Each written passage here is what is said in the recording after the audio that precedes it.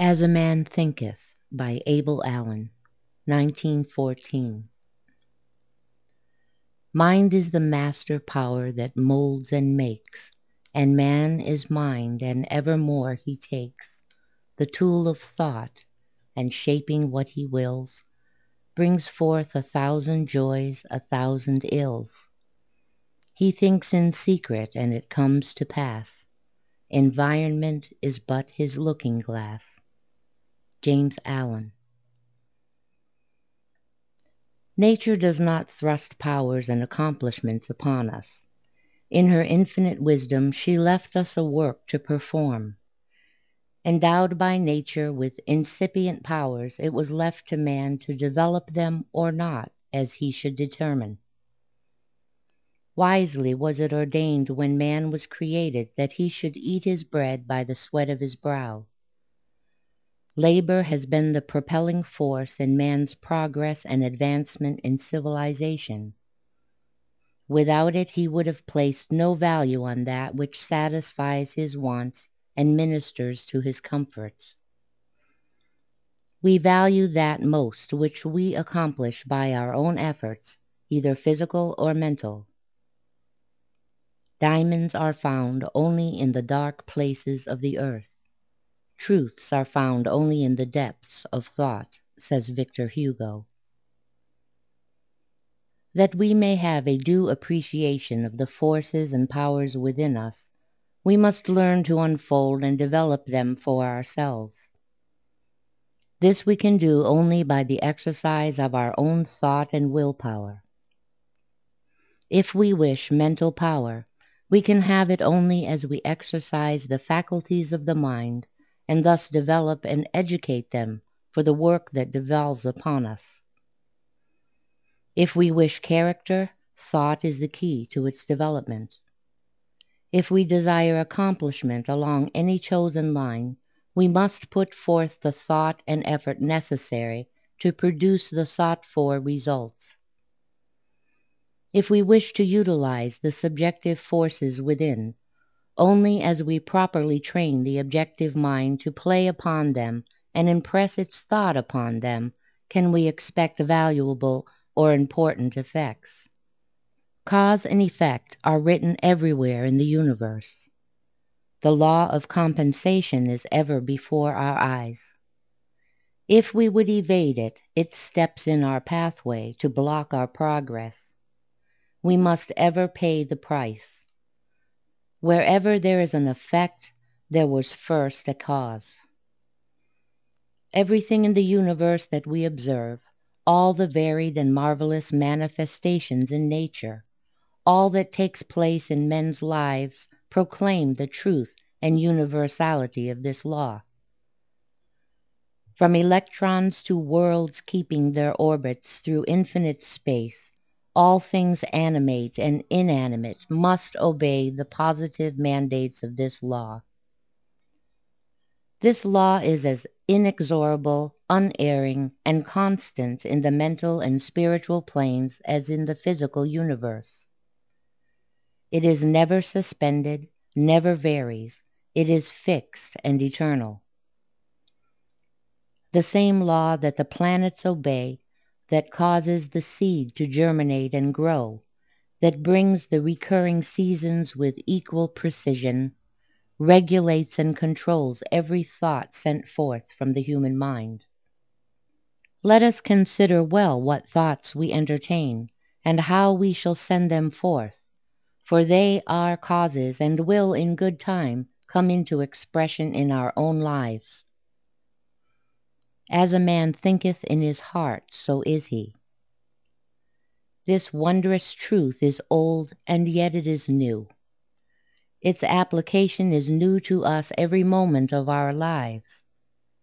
Its real significance and true meaning were never known until the discovery of modern psychology. Until we have learned something of the nature of the subconscious mind, we can have but a faint understanding of the import of this golden proverb. We must first realize that the subconscious mind has control of the functions and forces of the body. that it is the great mental and spiritual storehouse of man, that it is amenable to every suggestion of the objective or conscious mind, that the conscious mind acts, the subconscious reacts, the conscious mind produces the impression, the subconscious produces the expression. The conscious mind determines what is to be done, the subconscious supplies the mental material and necessary power before we can understand its full meaning and significance. Translated into modern language, we would say that as a man thinks deeply and reaches down into the subconscious mind and impresses it with his thought, the subconscious mind will respond according to the nature of the thought and impression. Plato said, "Thinking is the talking of the soul within itself." Thought is dynamic. Thoughts are not things, but the forces back of things, the creators of things. Thought is power. Thought is force. Thought is cause. Our todays are the result of our past thinking. Our tomorrows the result of our present thinking. We have been our own mental parents, and we shall be our own mental children. All that a man does and brings to pass is the vesture of thought. There is a correspondence between thought and deeds, thoughts and circumstances. Thoughts produce conditions in our physical bodies, in our lives and circumstances, according to the character of those we harbor. Emerson says, "The key to every man is his thought. Sturdy and defying though he look, he has a helm which he obeys, which is the idea after which all his facts are classified. He can only be reformed by showing him a new idea which commands his own." Every thought accompanied with deep feeling or impressed upon the subconscious mind produces chemical changes and effects upon the body. Thoughts of fear and anxiety disturb the functions of the body and bring weakness and disease. Pleasant, agreeable, and joyful thoughts bring health, strength, and poise. The pleasantest things in the world are pleasant thoughts, and the greatest art in life is to have as many of them as possible. The laws of mind are fixed, absolute, and eternal. We are the results of the sum total of our thinking. Thoughts are revealed in our faces and manifested in our lives. As we glance in the mirror, we see the reflection of our thoughts. Men foolishly believe their thoughts are their own, and that they may entertain them in secret and keep them to themselves. Thoughts are not secrets. They are not their own. Every thought is registered in the archives of the soul. Thought pencils the lines in the brow. Thought plows furrows in the cheek. Thoughts reveal their character in the expression of the eye. The face is the mirror reflecting the mind and thought of its possessor. Walt Whitman says, "Sauntering the pavement or riding the country road, lo, such faces. Faces of friendship, precision, caution, suavity, ideality. The spiritual prescient face, the always welcome, common, benevolent face. The sacred faces of infants, the illuminated face of the mother of many children. The face of an Amor, the face of veneration. The face withdrawn of its good and bad, the castrated face. This now is too lamentable a face for man. Some abject louse asking leave to be cringing for it. This face is a haze more chill than the Arctic Sea. Its sleepy and wobbling icebergs crunch as they go. The melodious character of the earth. The finish beyond which philosophy cannot go and does not wish to go. the justified mother of men. If we but observe, we too can see the faces Whitman saw as we saunter through the highways and byways of life. Similar faces appear in every street and thoroughfare. Whitman looked through the eyes of the seer. He saw beyond the faces. He recognized the silent causes there registered. He understood. We too can look beyond the expression to the cause and understand they were all wrought in the forge of thought. We can almost feel the calculating thought of the man with the face, a haze more chill than the Arctic Sea. We can see a life of unselfish love back of the face of the justified mother of men. The character of thought betrays itself not only in the faces of men, but in their lives and characters as well. Thought determines character. Thought is character. James Allen has well said, "Think good thoughts and they will quickly become actualized in your outward life in the form of good conditions. Control your soul forces and you will be able to shape your outward life as you will." The difference between a savior and a sinner is this, that the one has a perfect control of all the forces within him. The other is dominated and controlled by them. Dwell in thought upon the grandest, and the grandest you shall see. Fix your mind upon the highest, and the highest you shall be. What we sow, that shall we also reap. Some men seem to think this law applies only to outward acts and relates only to the sowing in a physical world. But the same law governs mind and thought. Thoughts of revenge, hatred, jealousy, envy, and lust affect and mold the character and lives of those who harbor them, as certainly as effect follows cause. Sooner or later they will be externalized and manifested in every outward circumstance and condition of life. Thoughts generate health or toxins in the system according to the kind of thought entertained. Thoughts of malice, fear, hatred, and envy interfere with the normal functions of the body, affect its secretions, generate poisons resulting in disease. Thoughts of health, thoughts of joy, thoughts of kindness bring joy and health to him who entertains them and sends them forth. If we think ourselves inherently bad, we shall reap the fruits of that thought. If we conceive of ourselves as weak and unworthy, as Whitman said, asking leave to be, we shall develop those qualities and actualize them in our daily lives. If we recognize divine attributes as our inheritance, we shall grow into the likeness of those attributes. Whitman said, "I believe in you, my soul. The other I am must not abase itself to you. To me the converging objects of the universe perpetually flow." It is the man of conscious power within that wins in life's contest. He is great because his thought was first great. The man who is conscious of the potentialities of his own nature and couples energy with that thought is master of circumstances. He is the magnet that attracts power, attracts success. He is success. A man may have a lofty opinion of himself, but as long as he thinks small thoughts, he will be small.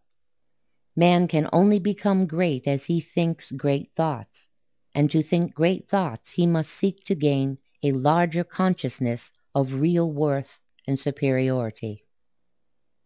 Greatness is strength without egotism. It is power with a desire that others shall not recognize that power. Jesus said, "Blessed are the meek, for they shall inherit the earth." He did not employ the term meekness as the synonym of weakness. His thought was that man should be great without parading it, without ostentation, strong without letting it be known. This is the essence of all greatness. By the law of suggestion, the subconscious mind is amenable to the thoughts and impressions it receives from the conscious or objective mind. The subconscious registers the impression, which is again given expression in the life and character of the individual. The subconscious faithfully reproduces every mental idea or state contained in the impression. The law is as unerring as the law of gravitation. As is the suggestion, so is the result. The subconscious is a rich soil, and the seed thought planted therein by the conscious mind will produce according to its kind. If we plant flowers, we shall pluck flowers. If we sow tares, the crop will be tares. The subconscious is an obedient servant. It obeys the thoughts of the conscious mind. What it receives, it reproduces, and its effect is manifested in the personality of the individual. If we sow ideas of diseases, we shall reap a harvest of disease. Thoughts of health will be re-expressed in healthful conditions. If we sow ideas of poverty, that will be our portion. If we sow thoughts of inferiority, weakness, and fear, we shall build a personality devoid of character and strength. Ideals of abundance will produce abundance if we plus them with intelligence and energy. In that valuable little volume, The Great Within, Mr. Christian D. Larson has stated the law well and correctly.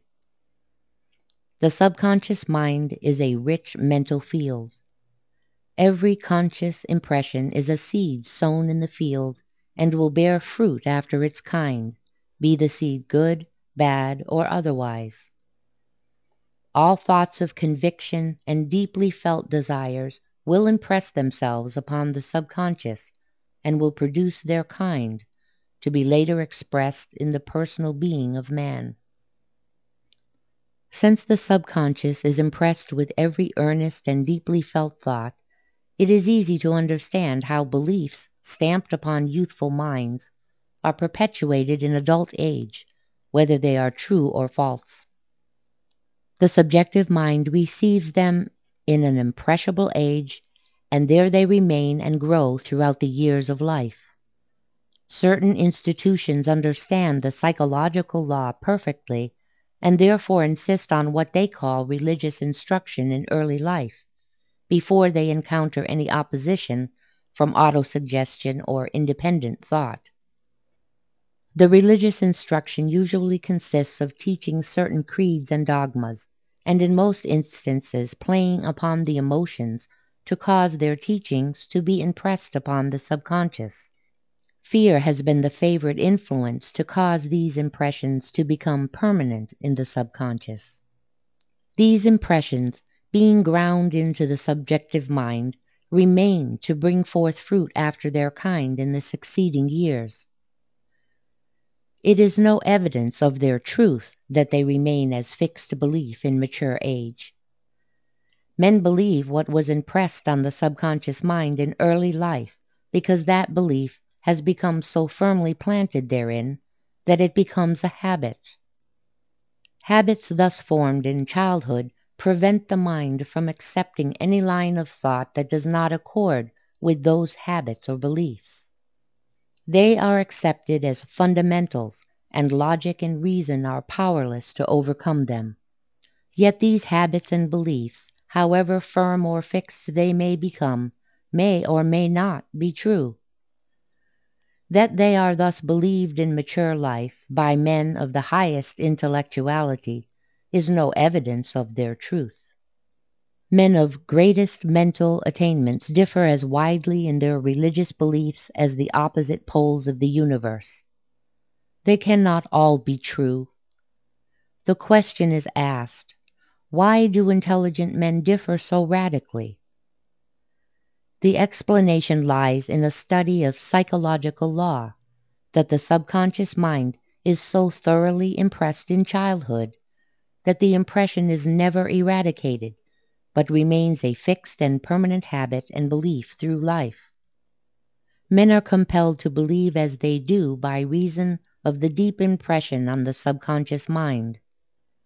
These impressions are so strong that they color and warp everything that enters into the mind thereafter, even education itself. Thus, education and training become merely servants of our earlier beliefs. Then, too, ecclesiastical authorities and ecclesiastical reverence are important factors in silencing youthful minds from questioning what they are told. They are taught that they must accept the instruction given as the final commands of authority, and to make further inquiries would tempt the divine patience. These become deep and lasting impressions on the subconscious mind, the tendencies of which are to preclude further inquiries in later years.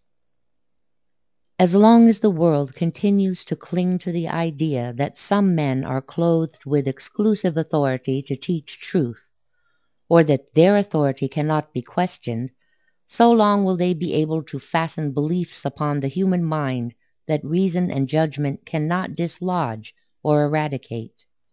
So long as the child is taught that it is dangerous to think except as his spiritual advisers tell him, and that he must accept their interpretation of what has been written, so long will he refuse to see or accept truth or enlarge his conceptions of truth. Whatever his intellectual attainments may be, he is likely to remain a spiritual slave. Mr. Larson has well said, "When you accept anything as final, you bring your mind to a standstill in that sphere of action, and the fact that nearly the whole world has accepted certain spiritual ideas as final is the reason why spirituality, real, living spirituality, is almost unknown today."